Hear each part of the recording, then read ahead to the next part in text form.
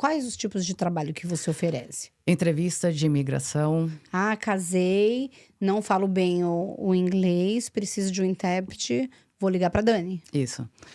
Nesse caso, um intérprete pode resolver. Pode ir lá na imigração e servir de intérprete para você. Tem casos que precisa de ser juramentado. Por exemplo, se você precisa traduzir uma certidão de nascimento de um filho do Brasil ou de óbito, Aí tem que ou ser qualquer juramentado. documento, tem que ser juramentado porque você tem que ter licença para Um botar casamento lá. você pode acompanhar, Dani? Sim. Tá. Se eu acompanhar casamento, caso de corte, recentemente eu fui fazer uma dissolução de casamento numa corte de Del Rey. Então, o juiz pergunta se você é tradutor juramentado, certificado em corte. Então, nesse caso, também precisa ser um tradutor juramentado, não só um intérprete. Porque, Imigração, não. Imigração, não. Caso eu vou acompanhar um casamento, não. Você não Vou precisa ser de ser intérprete, não preciso. Você preenche um termo de responsabilidade dizendo que você está traduzindo aquilo na melhor das suas habilidades. É uma responsabilidade. É um termo de... Mas não é um certificado que você está botando ali com seu número para jogo, entendeu? Mas na imigração, um intérprete resolve. Para a corte, não. Para emissão de documento, também não.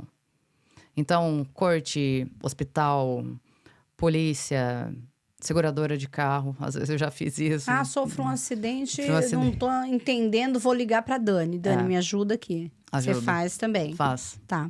Aí vamos voltar ao casamento. Nossa, não entendo direito o inglês, vou precisar, te chamo. Qual é a sua postura? Claro, você vai traduzir todo o processo lá, né? Mas qual é a sua postura, o seu lugar dentro da sala, na entrevista, naquele momento? Você fica perto, você senta, você fica em pé? Em que momento que o oficial se dirige a você ou ao cliente? Como é isso? O oficial se dirige ao cliente, mas eu, como tradutora de lá, como intérprete, eu faço um juramento de dizer a verdade. No começo dessa entrevista? No começo dessa entrevista, quando você chega, eles são bem educados. Então, você entra na sala, se identifica. Eu sou intérprete do fulano ou da fulana e vou estar aqui para ajudar ele ou ela. Aí, eles vão te pedir esse compromisso, esse compromisso, esse termo. Juramento. Geralmente eles têm lá, ou você pode levar. Eu tenho, mas eles sempre têm lá também na hora. Então, quando eu abro minha pasta, eles já têm lá pronto, que inclusive vai o número do green card da pessoa. Ok. Se ela não tiver ainda, já tem o nome dela lá. Ok. E aí você assina, eu, no caso. E aí qualquer pergunta que é feita para essa pessoa, eu tenho que traduzir absolutamente só o que foi perguntado. E Você na não pode primeira mudar pessoa, nada. eu não posso mudar nada, porque tem uma caixinha de som no meio da mesa que às vezes tem outros intérpretes escutando aquela conversa. Em caso de exílio político, isso já aconteceu comigo. Você traduz às vezes uma coisa, mas quem tá escutando ali fala, não foi exatamente isso que a pessoa falou. Uau. Porque nesses casos de exílio político, às vezes é muito pressão o ambiente. Nesse caso, era um abuso com uma menor. Então, eu acho que a mãe ficou muito... Era com a mãe foi testemunha de tudo isso, e era a mãe que estava pedindo exílio político para ela e para a família aqui. Então, eu acho que ela ficou muito emocionada.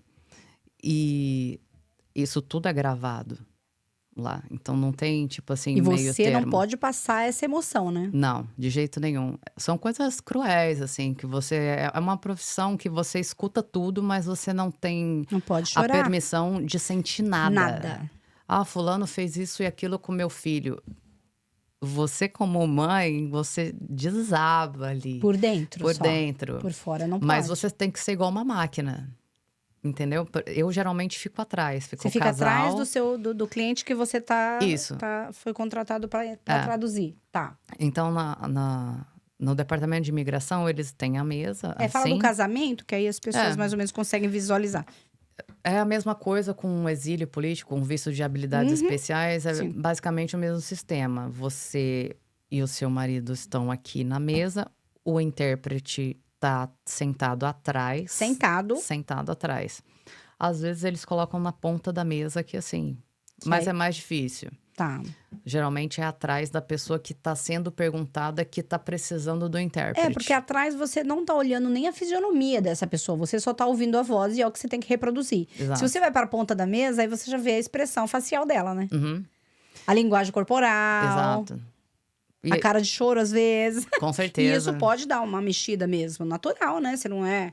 Absolutamente. Às vezes a pessoa não tá fazendo, na maioria dos casos, Oh, né? desculpa. Imagina, nada errado, mas aquele ambiente é tenso demais para ela. É pressão, tá sob pressão. Afinal de contas, o destino futuro depende daquele momento. Claro, Vai mexer com o uma emocional. vírgula errado decide a vida da Sim, pessoa. exatamente. Se ela vai ficar aqui, se ela não vai ficar, se ela vai ter que ir embora, se ela vai ter que gastar mais $25 mil com Sim. documentação ou não. Ou se daqui 15 dias chega o green card dela em casa, se ela é aprovada naquele momento, se não. Eu já tive casos diferentes de ter um green card aprovado na frente da gente ali. O oficial falou: o seu caso está aprovado, você vai receber seu green card em mais ou menos um mês em casa. E o green card chegar em mais ou menos 18 dias. Entendi. E também já tive casos do oficial de imigração falar: eu vou me comunicar por carta. Ok. Não sei, você não sabe minha decisão ainda, né? É. No caso, por exemplo, separou ali o casal.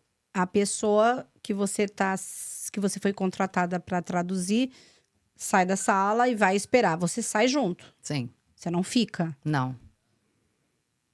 Se eu for tradutora da outra pessoa, sim. Que saiu, você vai sair com ela. É, Se ela voltar, você volta com ela. sim. E aí, quando pergunta qualquer coisa para ela, ele não vai se dirigir a você. Ele vai se dirigir à pessoa. Isso. E Eu é tipo uma simulação com você. Se ele me pergunta assim... Onde vocês se conheceram, fulana? onde vocês se conheceram, fulana?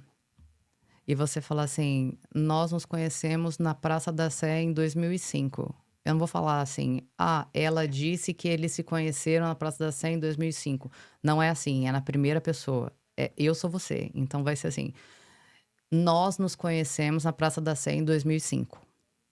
Ou eu conheci ele, né? Eu conheci ele em 2005. Em 2007, ele me pediu em casamento no Shopping Guatemi. Então você é a voz realmente daquela pessoa Literalmente. e você fala por ela. Uhum. Você é a boca dela naquele momento. Total. E não existe emoção, não pode ter emoção em casos de... Da sua parte. Da minha parte. A pessoa que está sendo entrevistada, gente, tem gente que chora, que tosse, que espirra. Mas isso ela não reproduz, né? Não, apesar de ter casos que a gente quer rir e tudo mais, ou às vezes quer chorar também. Já tive E que pode casos ser que às vezes, dependendo da gracinha que o oficial faz, ele faz para todo mundo rir. Às vezes é inevitável Absolutamente. que você não caia também na risada. Mas você tem que saber qual é o seu lugar, né? Absolutamente. E a hora de parar. Com certeza. Vou voltar aqui pro... E é uma pergunta crucial que sempre tem. O oficial de imigração te pergunta: qual que é a sua relação com essa pessoa? Você conhece ela fora do ambiente de trabalho? Eu não sei se isso tem a ver ou não. Acredito que sim. Porque senão você puxaria um pouco o saco dessa pessoa. Ou foi tudo combinado, né? Você já falou que a pessoa tem que responder e é aquilo que você vai traduzir, né? E eu nunca tive nunca fui traduzir para nenhuma amiga. Mas nada. você que é da área também jurídica, isso acontece até quando você vai ser testemunha de alguém que tem alguma audiência. Eles perguntam qual é a relação que vocês têm, né? Antes de você testemunhar a favor dessa pessoa. E o advogado aconselha a gente a falar: olha, vocês nunca são amigas, vocês não são amigas, vocês não se veem, né? Principalmente quando é trabalhista. Qual é o grau de relação que você tinha com aquela pessoa? Não, nenhum, viu? Eu trabalhava em outro departamento, nem conversava com ela. Porque quanto mais neutro e distante, mais confiável, né? Com certeza. Quanto mais imparcial, mais justo vai ser, né? Sim. Bom, então você é como se aquela pessoa não tivesse boca, né? Você vai falar por ela, né? Exatamente. Então você tem que saber realmente, ser treinada realmente para saber como traduzir e como interpretar isso, né? É igual esses dias, eu acho que eu fiz um reel sobre isso. Não é só uma tradução de palavras, é uma tradução de culturas. Por exemplo, quando casam uma brasileira com um americano, ela vai discorrer sobre coisas que para ela faz sentido, para ela tem valor emocional. Às vezes para a gente, por exemplo, brasileira, o Dia da Mulher é um dia interessante, é um dia importante pra gente. O americano nem sabe o que que é isso. Ele fala, International Women's Day, the heck E o is that? Valentine's aqui, que tem um super valor no Brasil. É. Tipo assim, é uma tradução de culturas, não é uma tradução de palavras apenas. Você tem que entregar aquele contexto daquela situação com o mais próximo de sentido possível do que aquela pessoa falou. E dentro da cultura americana. Dentro da cultura, mas que Que é faça de quem- sentido Pra quem tá entrevistando. para quem tá ouvindo, para esse oficial, que geralmente eles vêm de outras profissões ligadas à investigação. Por exemplo, eu tive um caso que o oficial de imigração tinha 82 anos e 50 na área jurídica. E E foi. tiraram esse homem de que casa de repouso pra ir lá fazer entrevista? Me diga. Pois é. Caraca, meu. 50 O cara tem anos. muita bagagem, né? Muita bagagem. E detalhe, ele nunca casou e nunca teve filho. Então ele dedicou a vida à profissão. Sistemático no nível hard. Completamente. Então, um cara desse, o máximo de precisão possível é pouco para ele. Ele tá ali igual um K9 da polícia, farejando O qualquer cheiro ele sente, né? inconsistência possível e imaginável. E às vezes as pessoas vêm para mim com muita dúvida sobre o processo delas. Tipo assim, mas será que ele vai perguntar isso Isso ou é uma red aquilo? flag, né? É. Uma bandeira vermelha, isso vai levantar suspeita. É. Que isso já não é um preparo seu, né? Porque você É. tem que ser fiel ao que ela vai falar, né? Você não pode interferir. Exato. Então, isso são dúvidas que, de repente, ela tira com o advogado que fez o processo dela. Não é com você, né? Exatamente. Eu procuro sempre falar o que o seu paralegal te falou? Qual que é a instrução que ele te deu? O que a sua advogada te falou? Como que ela te instruiu a estar lá? Eu já tive pergunta de todos os gêneros que você pode O que você imaginar. acha que eu faço? Não Exato. acho nada. Eu só vou traduzir o que você achar. Mas será que dá para ver que é de verdade isso daqui ou não? Vai ficar alguma dúvida, né? E isso surge em casamento de verdade mesmo, Também. né? Porque bate aquela insegurança mesmo. Com certeza, porque igual aquilo que a gente já falou, por mais que você saiba aquele idioma, esteja preparado para aquele ambiente, o fator emoção conta muito, né? Tipo assim, você sabe que você está sendo avaliado em cada vírgula que você está falando. Então, por isso que às vezes chega para mim gente que fala inglês fluente, mas que tem ali uma insegurança emocional, não na língua. Fala, meu Deus, eu falo inglês, eu entendo direito, mas eu prefiro que você esteja lá, porque eu prefiro escutar a pergunta 2 vezes do que de primeira e ter que responder logo. Pelo menos eu Ou tenho fala mais um sorry, tempo. tipo, né? Só o sorry já pode soar como Como um problema. O oficial de imigração está treinado para isso. E além do ambiente que traz aquela pressão, né? Ainda tem oficial que é muito hostil. Com certeza. Tem oficial extremamente hostil. Que ele quer te desequilibrar. Com certeza. E tem oficial que ele parece que joga no seu time, mas ele tá só te testando. Te dando corda, né? Eu fui voluntária da polícia 2 anos aqui em Del Rey. Lá em Del Rey, né? A gente tá em Porto São Luís.